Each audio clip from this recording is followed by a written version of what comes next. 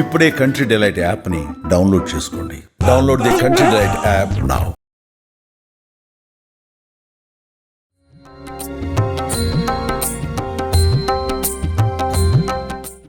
Avis hospital సమర్పించు Dasara special kitchen shoot కి స్వాగతం. నమస్తే రమగారు. నమస్తే జయ. రమగారు, దసరా శుభాకాంక్షలు అండి మీకు. దసరా శుభాకాంక్షలు జయ. మీకు కూడా దసరా సుమన్ టీవీ ప్రేక్షకులందరికీ ఎస్ దసరా పండుగ శుభాకాంక్షలు. దసరా పండుగ అనగానే ఇది ఒక రోజు 2 రోజులో కాదు రమగారు, నవరాత్రులు 9 రోజులు జరుపుకునే పండుగ. 10వ రోజు విజయదశమి కాబట్టి అమ్మవారికి చక్కగా 10 నైవేద్యాలు చేసుకుంటాము మన వీలు వెంబడి. కానీ ఖచ్చితంగా కొన్ని నైవేద్యాలు మాత్రం తప్పకుండా ప్రతిరోజు చేసుకుని పెట్టుకునే అలవాటు ఉంటుంది కదా. వారి కోసమే రమగారు స్పెషల్ కిచెన్ చేస్తా ఉన్నామండి. రమగారు నేను కూడా కలిపి అమ్మవారికి అసలు ఏ ప్రసాదం అంటే ఎక్కువ ఇష్టం రమగారు? మనకి లలితా సహస్రనామంలో విశేషంగా కనపడతాయి పాయసాన్న ప్రియ. అమ్మవారికి పాయసం ఇష్టం. పాయసాన్నం చేద్దాము అంటే ఇది 3-4 రకాలుగా ఆల్రెడీ మన ఛానల్లో ఉన్నాయి. ప్రతి సంవత్సరము చేస్తూనే ఉన్నాం. సులువుగా ఒక మందపాటి గిన్నె ఉంటే, ఒక 2 గ్లాసుల పాలు ఉండి, 1 గ్లాసు బియ్యం ఉంటే చాలు, ఈజీగా చేసేసుకోవచ్చు. చేసి చూద్దాం. ఓ ఇత్తడి గిన్నె పెట్టుకుందాము. మనం ఏ గ్లాస్తో చేయదలుచుకున్నామో అన్నం కొలత ఉంటుంది కదా, ఏదో ఒక డబ్బానో, మన రైస్ కుక్కర్లలో ఇంతంత డబ్బాలు వస్తాయి. దేంతో చేసినా ప్రతిదానికి ఒకటే కొలత.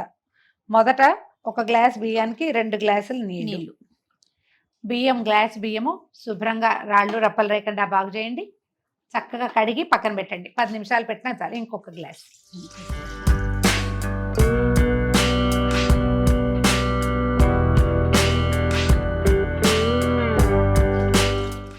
రెండు గ్లాసులు నీళ్ళు పోసాం.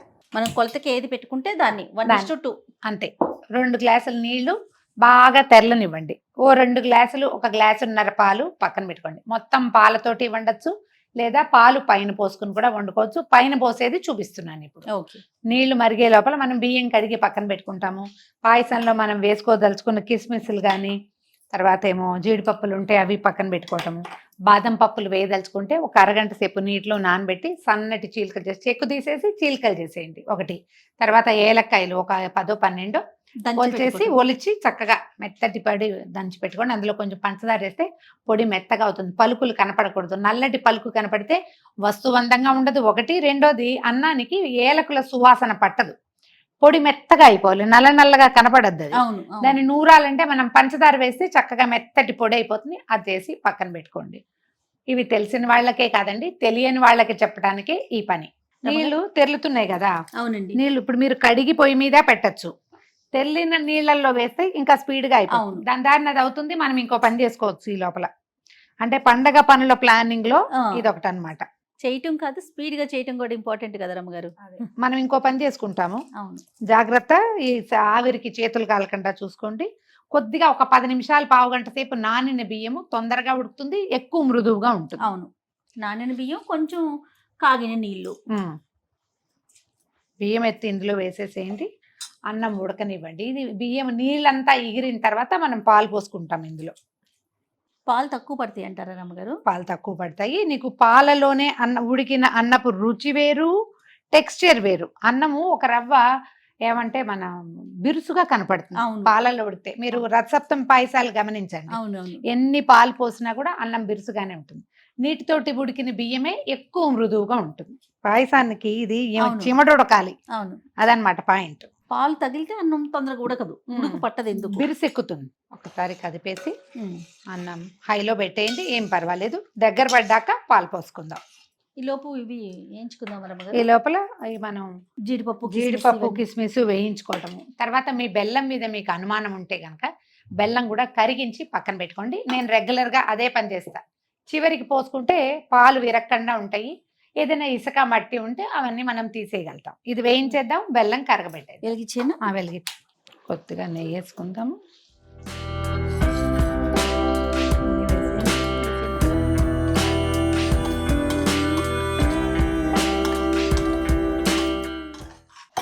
జీడిపప్పు కొంచెం వేగాక కిస్మిస్లు కూడా వేసేయండి అందులోనే.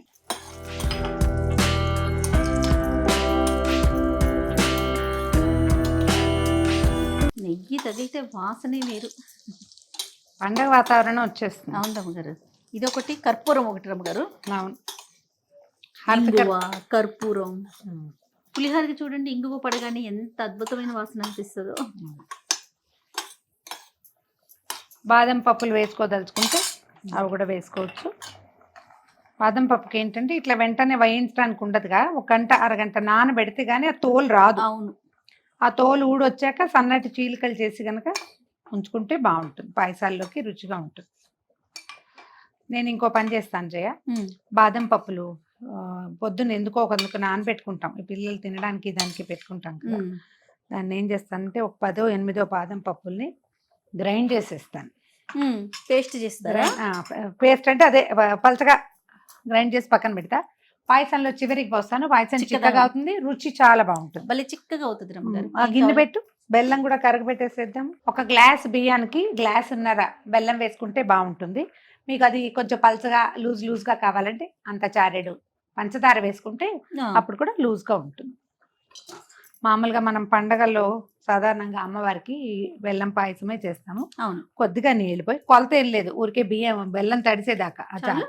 జయ చూడు, మనం పోసిన నీళ్లు దాదాపుగా బియ్యం పీల్చేసినాయి. అవునండి. ఇట్లా దగ్గరకు వచ్చేసి మనం ఉడికేటప్పుడు హోల్స్ పడ్డట్టు కనిపిస్తుంది కదా, కొతలాడుతూ అన్నం ముప్పాతికి ఉడికిపోయింది చూడు. ఈ మిగిలిన పావు భాగాన్ని మనం ఒక 2 గ్లాసుల పాలతోటి ఉడికిద్దాం. 2 గ్లాసులు నీళ్ళు పోసాం కదా, ఇంకో 2 గ్లాసులు పాలు. మీరు హోల్ మిల్క్ పోసుకోండి, మీ దగ్గర టోన్డ్ మిల్క్ ఏమైనా ఉంటే అది వేసుకోండి, మీ ఇష్టం. అమ్మగారు పోసేస్తున్నారా? 2 కప్పుల పాలు పోసేద్దాము. ఓకే. పోసి దీన్ని బాగా దగ్గర పడినిద్దాం. దీన్ని ముట్టుకునే పని లేదు, గరిట పెట్టకపోయినా పర్వాలేదు. ఒకవేళ ఈ గిన్నె చిన్నది పెట్టారు అనుకుందాం, చిన్నది పెట్టి పాలు పొంగుతాయన్న భయం ఉంటే అప్పుడు ఇందులో గరిట ఉంచండి, పొంగకుండా పడిపోకుండా ఉంటాయి. పెద్ద గిన్నె పెట్టుకున్నాం కాబట్టి ఇది తీసేస్తాం. బెల్లం అయిపోయింది. బెల్లం మీకు పాకం రావక్కర్లేదు, తీగ పాకాలు కాదు, బెల్లం బాగా కరిగిపోతే చాలు. ఏం అక్కర్లే, వదిలిపెట్టేద్దాం. ఇది స్టవ్ ఆపేసి పక్కన పెడదాం, ఇది చల్లారుతుంది. ఈ బియ్యం ఉడికేదాకా చూసుకుందాం అంతే.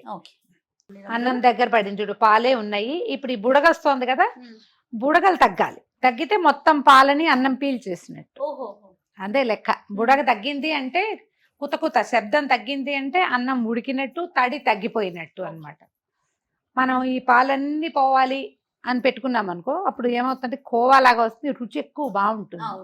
ఈ పాలుగానే ఉండగానే పలసగా ఉండాలన్న ఉద్దేశంతో కనుక మానేస్తే రుచి తక్కువ.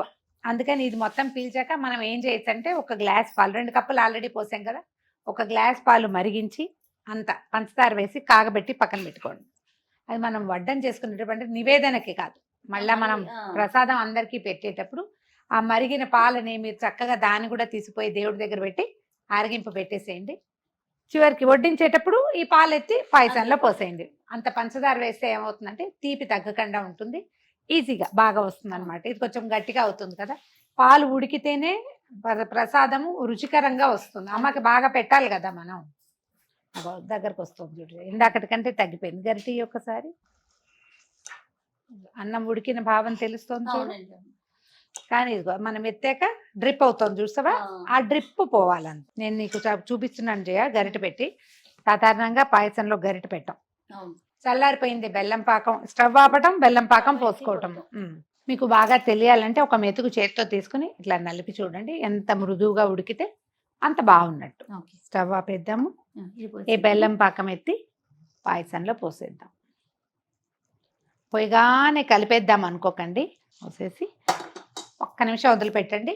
ఈ లోపల ఏలకులు పొడి కొట్టుకున్నామా, తర్వాత ఏమో జీడిపప్పులు కిస్మిస్లు వేయించి పక్కన పెట్టుకున్నామా, కొద్దిగా ఒక స్పూన్ నెయ్యి కూడా వేస్తే బాగుంటుంది. ఇప్పుడు గరిటివ్వు.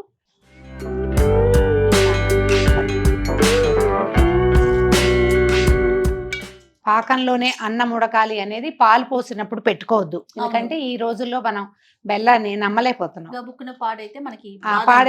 మనం ప్రసాదం చేయబోతాము, టైం కూడా ఉండద్దు మనకి. చూడ అందంగా ఉంది రంగు. దీని మీద వేడి పాలు కనుక అంటే చల్లారి పెట్టుకున్నా పర్వాలేదు, కాగిన పాలు పోసుకుంటే మనకి పల్చగా వస్తుంది అన్నమాట. ఏలక పొడి ఒక 7-8 ఏలక్కాయలని పంచదార వేసి దంచి పెట్టుకోండి పక్కన. ఏలకల పొడి వేసాం. మీకు ఆసక్తి ఉంటే ఒక చిటికెడు పచ్చకర్పూరం కూడా వేసుకోవచ్చు, మీ ఇష్టమే. అది జీడిపప్పులు కిస్మిస్లు వేద్దాము, కొంచెం నెయ్యి వేద్దాం. ఇది మీరు నివేదన చేసేటప్పుడు పాయసాన్నం ఏదైనా ఇట్లా తీపిగా వండిన పదార్థం మీద ఒక చుక్క నెయ్యి వేసి నివేదన చేస్తే మంచిది.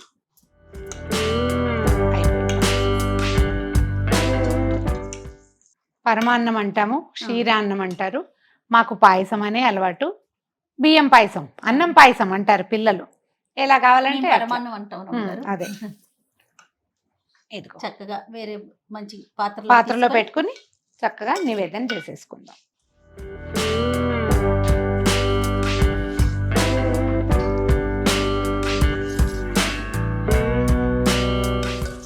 కమ్మని ఘుమఘుమలాడే రుచికరమైన అన్న నివేదనల్లో మొట్టమొదటిది పాయసాన్నము. ఇదిగో రెడీ. రైట్ రమ్మగారు. చక్కగా తల్లి ముందు పెట్టుకొని మనస్ఫూర్తిగా దండం పెట్టుకోండి. మరొకసారి ప్రేక్షకులందరికీ దసరా శుభాకాంక్షలు.